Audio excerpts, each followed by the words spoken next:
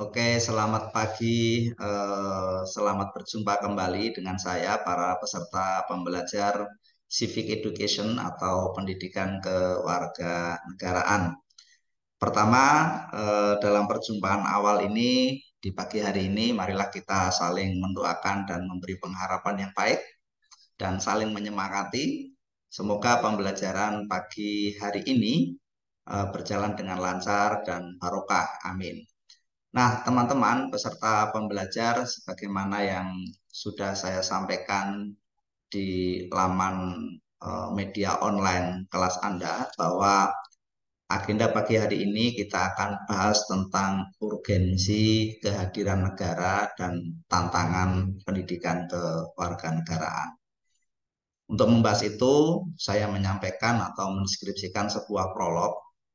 Ada sebuah pemikiran dari para pemikir kritis kontemporer, eh, terutama yang dilatar belakangi oleh situasi awal abad 21, bahwa seiring dengan semakin menguatnya era neoliberalisme, di mana pasar bebas semakin meluas, dan seiring dengan globalisasi pula, maka hampir semua negara di dunia ini tidak mungkin menghindari pasar bebas.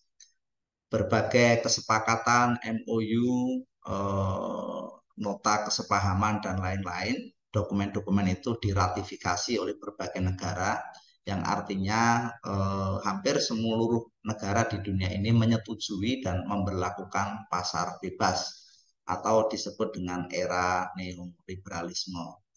Nah, di tengah sistem atau era itulah kemudian semakin menggurita kapitalisme global, korporasi-korporasi transnasional di seluruh dunia, dan sampai pada sebuah asumsi bahwa seakan-akan negara menjadi tidak perlu, karena memang di dalam paket dalam pasar global itu atau neoliberalisme itu, maka memiliki konsekuensi kebijakan di berbagai negara yang pada ujungnya adalah negara berperan semakin minimal.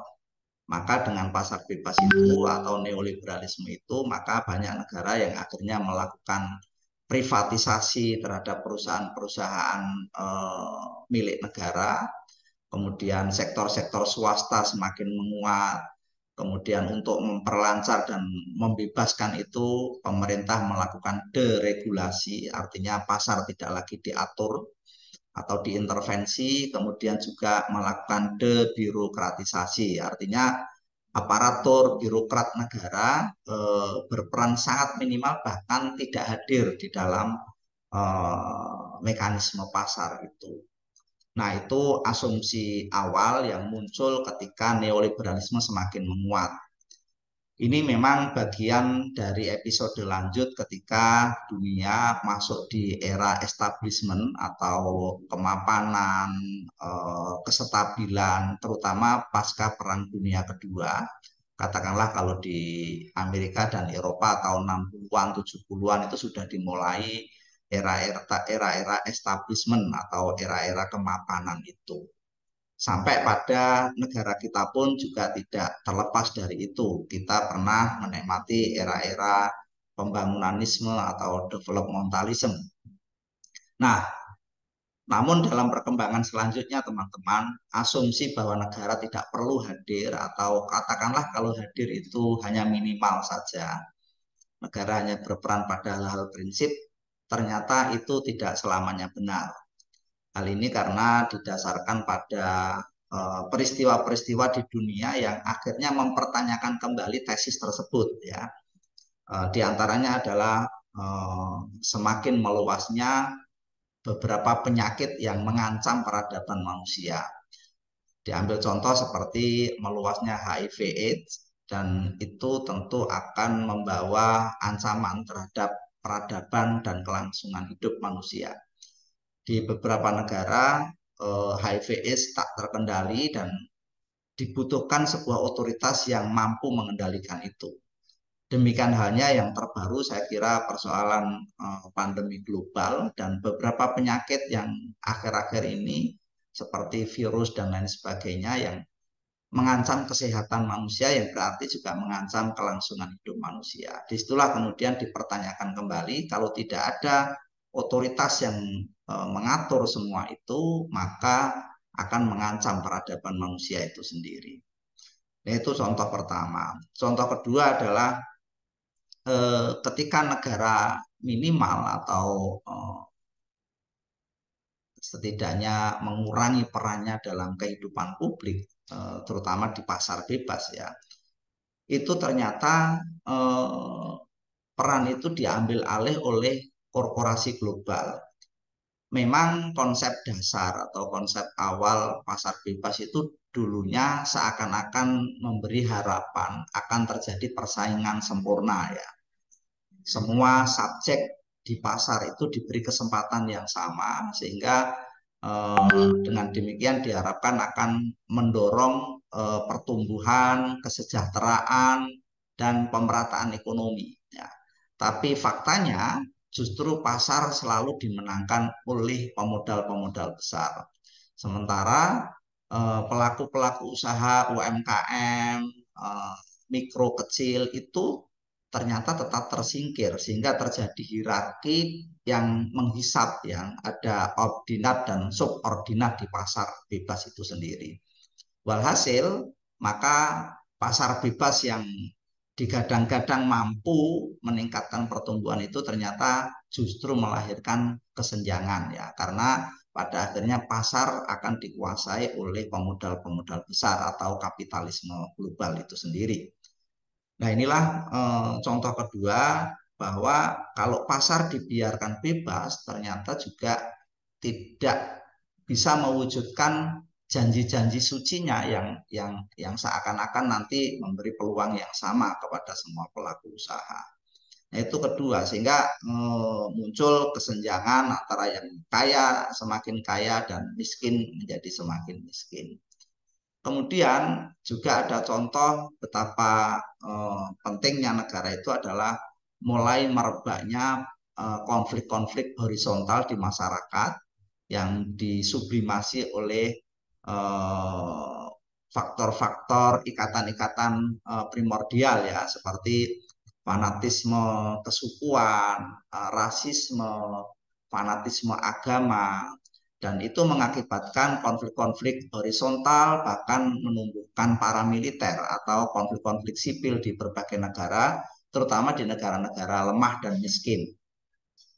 Inilah yang akhirnya menjebak beberapa negara dalam konflik berkepanjangan, berdarah-darah, dan menghancurkan negara yang bersangkutan. Kita bisa melihat hari ini bagaimana di negara-negara miskin di Afrika, kemudian di negara-negara Timur Tengah, seperti Suriah, Irak, ya, Afghanistan, yang dulu adalah negara-negara yang makmur, negara-negara yang damai, tiba-tiba itu semua terkoyak dan peradabannya jatuh dalam konflik berdarah-darah hingga hari ini. Tidak ada lagi otoritas siapa yang dipercaya dan memiliki kewenangan untuk mengelola kehidupan bersama di negara tersebut. Nah, inilah contoh-contoh teman-teman di awal abad 21 yang justru menguat ya. Bahkan kalau kita lihat dalam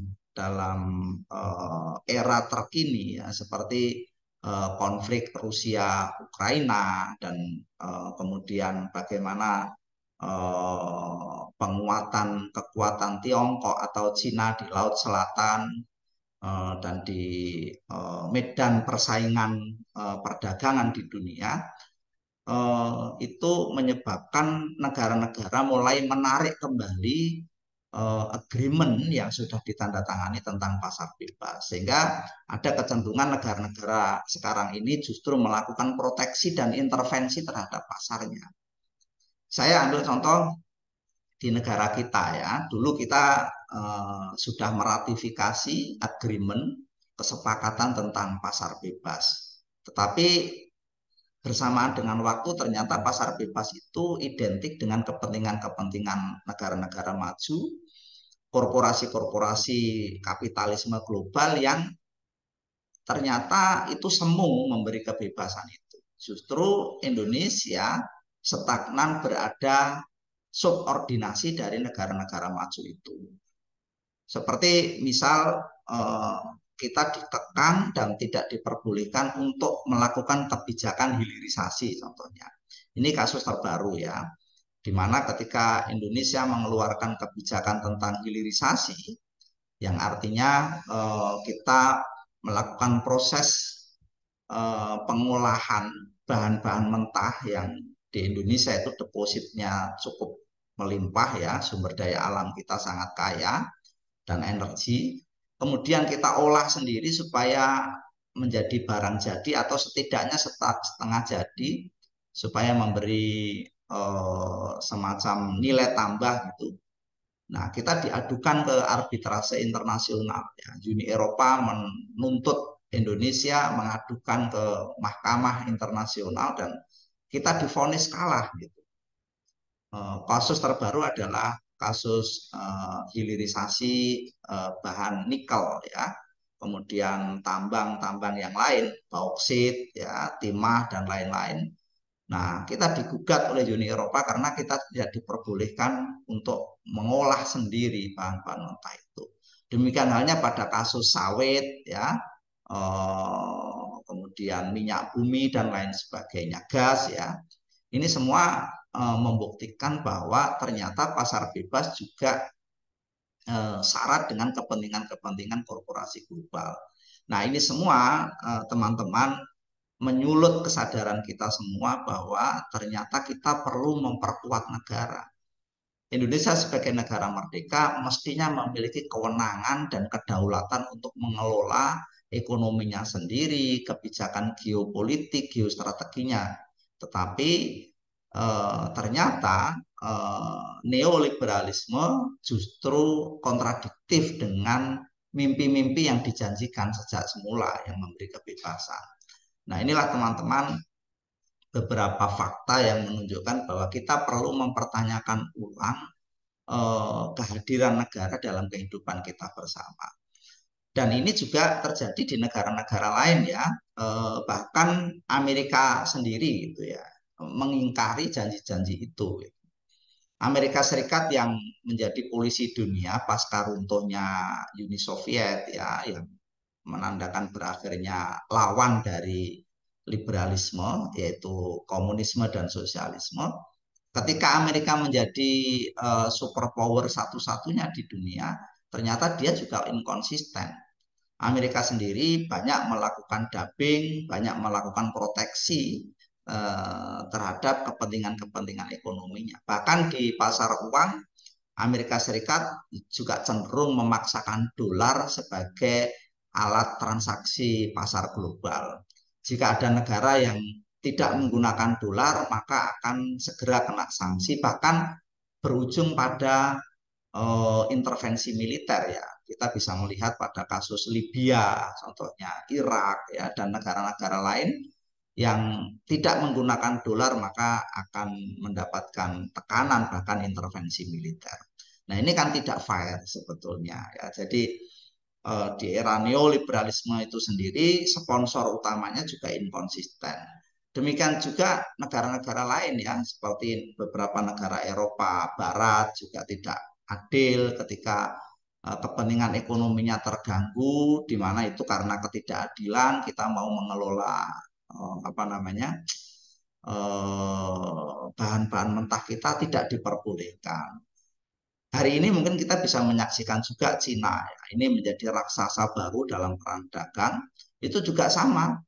Cina dengan kecanggihan teknologinya sekarang ini juga banyak melakukan apa namanya proteksi kebijakan-kebijakan yang menguntungkan pasar mereka sendiri. Nah, itulah teman-teman beberapa hal yang perlu kita sadari, kita perlu mempertanyakan ulang apakah negara ini perlu tidak dalam kehidupan kita. Nah, para peserta pembelajar yang saya banggakan, mungkin kita perlu merenung sedikit ya, selain faktor-faktor eksternal tadi di dunia global, kita juga perlu merenungi dalam hidup kita sendiri, sehari-hari di lingkungan kita bayangkan bagaimana kalau negara tidak hadir dalam hidup kita, gitu ya. Eh, Mungkin akan lebih mudah saya memberi ibarat begini, teman-teman. Negara itu seperti air bagi ikan dan udara bagi manusia. Ikan itu kan tidak tidak menyadari pentingnya air ketika dia hidup di dalam air, ya. Dia bisa menghisap air itu dari ingsannya setiap detik, dan karena itu dia bisa melangsungkan kehidupannya. Karena itu berjalan rutin, baik-baik saja, maka ikan tidak pernah menyadari pentingnya air. Tapi begitu dia keluar dari air, ya dia akan menggelepar-gelepar dan eh, akhirnya baru menyadari betapa pentingnya air. Nah, demikian halnya manusia, ya. Dulu ketika pandemi global belum terjadi, ya, COVID-19, orang menghirup udara di mana saja itu bebas tanpa masker. Karena betapa melimpahnya oksigen, gitu ya. Tetapi begitu ada pandemi COVID-19, ada virus di mana-mana, orang mulai harus hati-hati dan merindukan udara yang bebas. Nah, sama halnya organ kita, ya. Kalau paru-paru Anda sehat, jantung Anda sehat, itu Anda tiap detik menghirup oksigen nggak masalah, gitu. Tetapi bayangkan kalau Anda organ seperti paru-paru itu bermasalah atau udara ini ada polusi dan virus, maka kita baru menyadari betapa pentingnya oksigen yang sehat itu. Nah, saya mengibaratkan secara sederhana negara itu seperti itu. Ketika kita hidup normal, situasinya tertib, nyaman, kita bisa melaksanakan rutinitas sehari-hari. Anda bisa memakai kendaraan kemana saja, di jalan raya, ya. Anda dengan bebas menikmati itu semua, gitu. Anda bisa berpindah dari satu tempat ke tempat lain, Anda bisa berekspresi, mengekspresikan kebebasan Anda, berpendapat, mengkritik, dan lain sebagainya. Itu karena situasinya stabil, ya. Sistemnya melimpahkan kebebasan itu. Nah, Anda bisa bayangkan kalau semua itu tiba-tiba hari ini terampas, gitu. Tiba-tiba kita keluar jalan raya tidak aman, ya, ketika ada ketidakadilan atau pelanggaran hukum, tidak jelas siapa yang menegakkan hukum, tidak ada pelindung untuk memberi proteksi terhadap kelompok-kelompok lemah, ya, atau terjadi situasi chaos, ya, konflik antar kelompok dan tidak ada pihak yang menengahi itu. Anda bisa bayangkan itu. Dari situlah kemudian kita baru menyadari kita butuh sebuah otoritas yang mengelola kebersamaan. Nah, teman-teman, kalau kita sulit membayangkan itu, lihatlah bagaimana fakta itu terjadi di negara-negara yang hari ini keamanan dan kebebasan itu mahal. Bagaimana ratapan dan penyesalan warga negara Libya contohnya, yang karena eh, provokasi dari negara maju, terutama Amerika, mereka membunuh pemimpinnya sendiri dan diiming-imingi dengan kebebasan, liberalisme, dan lain-lain. Dan akhirnya sampai hari ini Libya yang dulu menjadi negara paling makmur di Afrika, karena pada saat dipimpin oleh Gaddafi, pendidikan gratis, kesehatan gratis, ya, bahkan seluruh warga negara berhak mendapatkan santunan, rumah, dan lain-lain secara gratis. Nah, tiba-tiba itu semua menjadi barang langka hari ini dan tidak jelas siapa yang berkuasa. Walaupun pada era itu Gaddafi mungkin dituduh otoriter dan lain sebagainya. Demikian halnya yang terjadi di Suriah, sebuah negeri kuno yang dulu memiliki artefak peradaban besar masa lalu dan sempat menjadi negara yang sangat makmur. Hari ini mereka berdarah-darah, tidak seakan-akan tidak berujung. Demikian halnya di Irak dan Afghanistan dan lain-lain. Nah, kita ini di Indonesia hari ini alhamdulillah masih bisa menikmati udara segar, keluar jalan juga relatif nyaman. kita memiliki kebebasan yang begitu melimpah, Anda bisa mengkritik sana sini melalui berbagai media yang beragam gitu. Saya kira ini sebuah kenikmatan yang akan menjadi barang mahal kalau tiba-tiba semua ini terampas. Nah, itulah teman-teman mengapa kita perlu adanya negara dalam hidup ini. Kalau kita menelusur jauh ke belakang ya, sebetulnya konsep negara bangsa atau nation state modern itu sebetulnya kan antitesis terhadap sistem-sistem lama yang dianggap tidak mumpuni ya. Entah itu warisan dari teokrasi, dari sistem hidup primitif, atau dari feodalisme ya, seperti kerajaan, kemudian hidup yang diatur oleh sistem kasta ya, atau norma-norma dogma agama. Itu kan dulu dalam sejarahnya pernah juga memimpin atau mengelola kehidupan bersama. Tapi kan fakta sejarah menunjukkan bahwa sistem-sistem itu dianggap tidak lagi relevan. Itulah kemudian kita diperkenalkan walaupun melalui kolonialisme tentang sistem negara modern. Dan akhirnya kita menjadi republik hari ini. Dan semua negara di dunia ini hampir seluruhnya sekarang mengadopsi sistem modern itu. Nah, hanya saja ketika dinamika terjadi, teman-teman kita harus mengkritisi ulang perkembangan peradaban ini yang mungkin kita perlu merenungi kembali bagaimana sistem ketatanegaraan di dalam hidup kita bersama. Nah, itulah teman-teman yang saya ulas dari materi yang saya kira sudah saya share ya, PPT-nya maupun video tutorialnya. Itu bagian pertama sudah saya jelaskan. Kemudian kedua, teman-teman, saya juga sudah menjelaskan bagaimana peta tantangan tentang kehadiran negara, terutama di dalam upaya untuk penanaman civic education ya. Mungkin barangkali biar bisa melihat apa ya semacam PPT-nya yang khusus mengenai peta ini, teman-teman bisa melihat di situ ya bagaimana peta.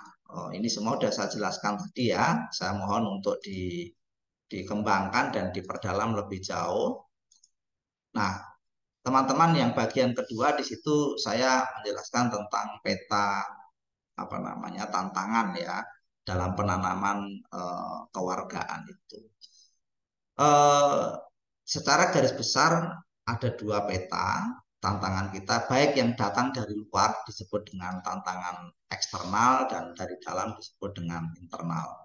Saya kira saya jelaskan dari yang eksternal dulu, seperti persoalan globalisasi ya. Sekarang ini apalagi Indonesia ya, negara yang tidak mungkin menghindari globalisasi. Kita ini secara geopolitik, secara geografi, secara demografis, dan secara kebudayaan adalah negara yang sangat terbuka ya. Posisi geografis kita di persilangan antar dua samudra, dua benua, dua sistem-sistem besar. Secara ideologis kita ini sepakat Pancasila sebagai ideologi kita, tetapi karakter dari ideologi Pancasila itu adalah jenis ideologi yang terbuka. Demikian juga sistem kebudayaan kita. Kita ini masyarakat yang sangat open ya, yang karena itu di dalam kebudayaan kita ada asimilasi, ada akulturasi yang menjadikan kita ini memiliki budaya yang beragam ya.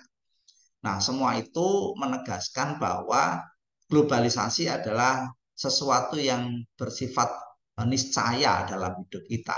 Nah, celakanya adalah ketika globalisasi itu juga membawa dampak-dampak yang perlu kita kritisi kembali ya. Selain membawa manfaat yang positif dalam globalisasi itu, kita juga bisa lihat bahwa di dalam globalisasi itu juga ada hegemoni kelompok-kelompok tertentu ya, negara-negara tertentu yang terlalu mendominasi dan mendikte globalisasi. Memang globalisasi akan sangat menguntungkan kalau kita menjadi subjek ya, dan menjadi celaka kalau kita menjadi objek ya. Sehingga Indonesia yang menjadi negara dengan penduduk terbesar keempat di dunia Kalau posisi kita objek, maka kita akhirnya akan hanya menjadi pasar. Nah, ini tentu akan membahayakan terhadap kedaulatan negara kita. Nah, sekarang tinggal pilihan apakah kita mau jadi subjek atau objek dalam globalisasi itu, ya. Mungkin teman-teman hari ini bisa menyaksikan bagaimana pengaruh globalisasi dalam kehidupan kita bersama. Termasuk paket lanjutan dari globalisasi itu adalah perkembangan teknologi informasi dan komunikasi, ya. Betapa kita hari ini dibanjiri oleh beragam teknologi yang ujung-ujungnya kita menjadi pasar, ya, baik dalam perangkat perangkat keras maupun perangkat lunak, ya. Coba Anda renungi alat telekomunikasi yang Anda miliki, perangkat perabot-perabot rumah tangga, hampir didominasi oleh produk-produk dari pasar global, ya, terutama dari produsen-produsen negara-negara maju, korporasi besar. Jarang sekali itu diciptakan atau made in dari masyarakat kita sendiri. Demikian juga perangkat lunak, ya. Kita ini menjadi bangsa yang sangat terbuka, sangat open terhadap berbagai aplikasi impor, ya. Platform apa yang tidak ada di Indonesia? Media sosial saja semuanya hampir, ya, dipasarkan dan laku keras di Indonesia. YouTube, ya, Facebook, Twitter, TikTok, ya, Instagram, semuanya adalah platform-platform milik dari korporasi global sebetulnya. Nah, kita adalah user masif yang sangat empuk menjadi pasar mereka. Sekedar perbandingan, di negara-negara yang memiliki posisi tawar kuat biasanya tidak serta-merta kebebasan itu didapat, ya. Seperti Amerika sendiri menolak TikTok, ya, karena TikTok itu diciptakan oleh pesaingnya yaitu dari Cina. Nah, sebaliknya Cina juga membalas, Microsoft itu juga tidak bebas beroperasi di Cina. Kalau negara-negara maju biasanya punya punya kemampuan bargaining position semacam itu. Nah, kita ini eh, negara kita sangat lemah di hadapan agresivitas pasar global semacam itu. Nah, ini semua teman-teman akan menjadi ancaman dan tantangan kalau kita tidak memiliki integritas sebagai negara yang berdaulat, ya. Demikian juga persoalan gerakan anti globalisasi, ya, khususnya tentang terorisme, kemudian perubahan iklim, walaupun ini menjadi problem global, ya, semua negara, tetapi masing-masing negara harus punya posisi tawar, mestinya seperti itu. Nah, itulah secara garis besar teman-teman tantangan yang berasal dari luar, ya. Sementara dari dalam yang perlu saya singgung lebih detail adalah Indonesia sekarang sedang berada di tahun politik. Tahun depan kita menghadapi pemilu, ya, baik pilpres maupun pileg, dan suhu politik mulai memanas. Teman-teman bisa mengamati hari-hari ini betapa kohesi sosial atau nilai-nilai kesatuan dan persatuan itu sering sekali terkoyak oleh tarian-tarian ikatan sosial yang muncul dari masyarakat kita sendiri, seperti ikatan-ikatan primordial, ya, atas nama solidaritas, eh, kesukuan, atas nama rasisme, atas nama kelompok dan golongan, atas nama fanatisme terhadap agama atau kelompok paham agama tertentu. Itu sering sekali mengoyak dari tenun kebersamaan kita yang bernama Indonesia, ya. Memang sistem demokrasi relatif berjalan baik, ya. Ada pemilu, ada kampanye, ya, ada sistem demokrasi legislatif, eksekutif, yudikatif, lembaga-lembaga itu eksis dan ada. Tetapi prakteknya kita sering sekali ternodai oleh ikatan-ikatan primordial itu atau hal-hal yang diwarisi dari masa lalu seperti persoalan dinasti, ya, elitisme di dalam lembaga-lembaga demokrasi, sehingga kita bisa menyaksikan ada oligarki, di dalam politik, kemudian ada monopoli di dalam ekonomi, ya, ada hegemoni di dalam kebudayaan oleh kelompok mayoritas. Nah, ini semua menandakan bahwa masih banyak tantangan yang perlu kita hadapi dalam upaya untuk merawat dan mengembangkan negara bangsa yang kita cintai. Nah, itulah teman-teman peserta pembelajar. Saya berharap semua ini dikembangkan, diperdalam dengan cara memperbanyak bahan bacaan, ya. Kemudian menganalisis dengan memperbaharui, mengupdate data-data dari informasi terkini. Demikian teman-teman yang bisa saya sampaikan sebagai ulasan. Sekiranya ada pertanyaan atau diskusi, saya persilakan. Terima kasih, selamat pagi, dan saya akhiri penjelasannya sampai di sini.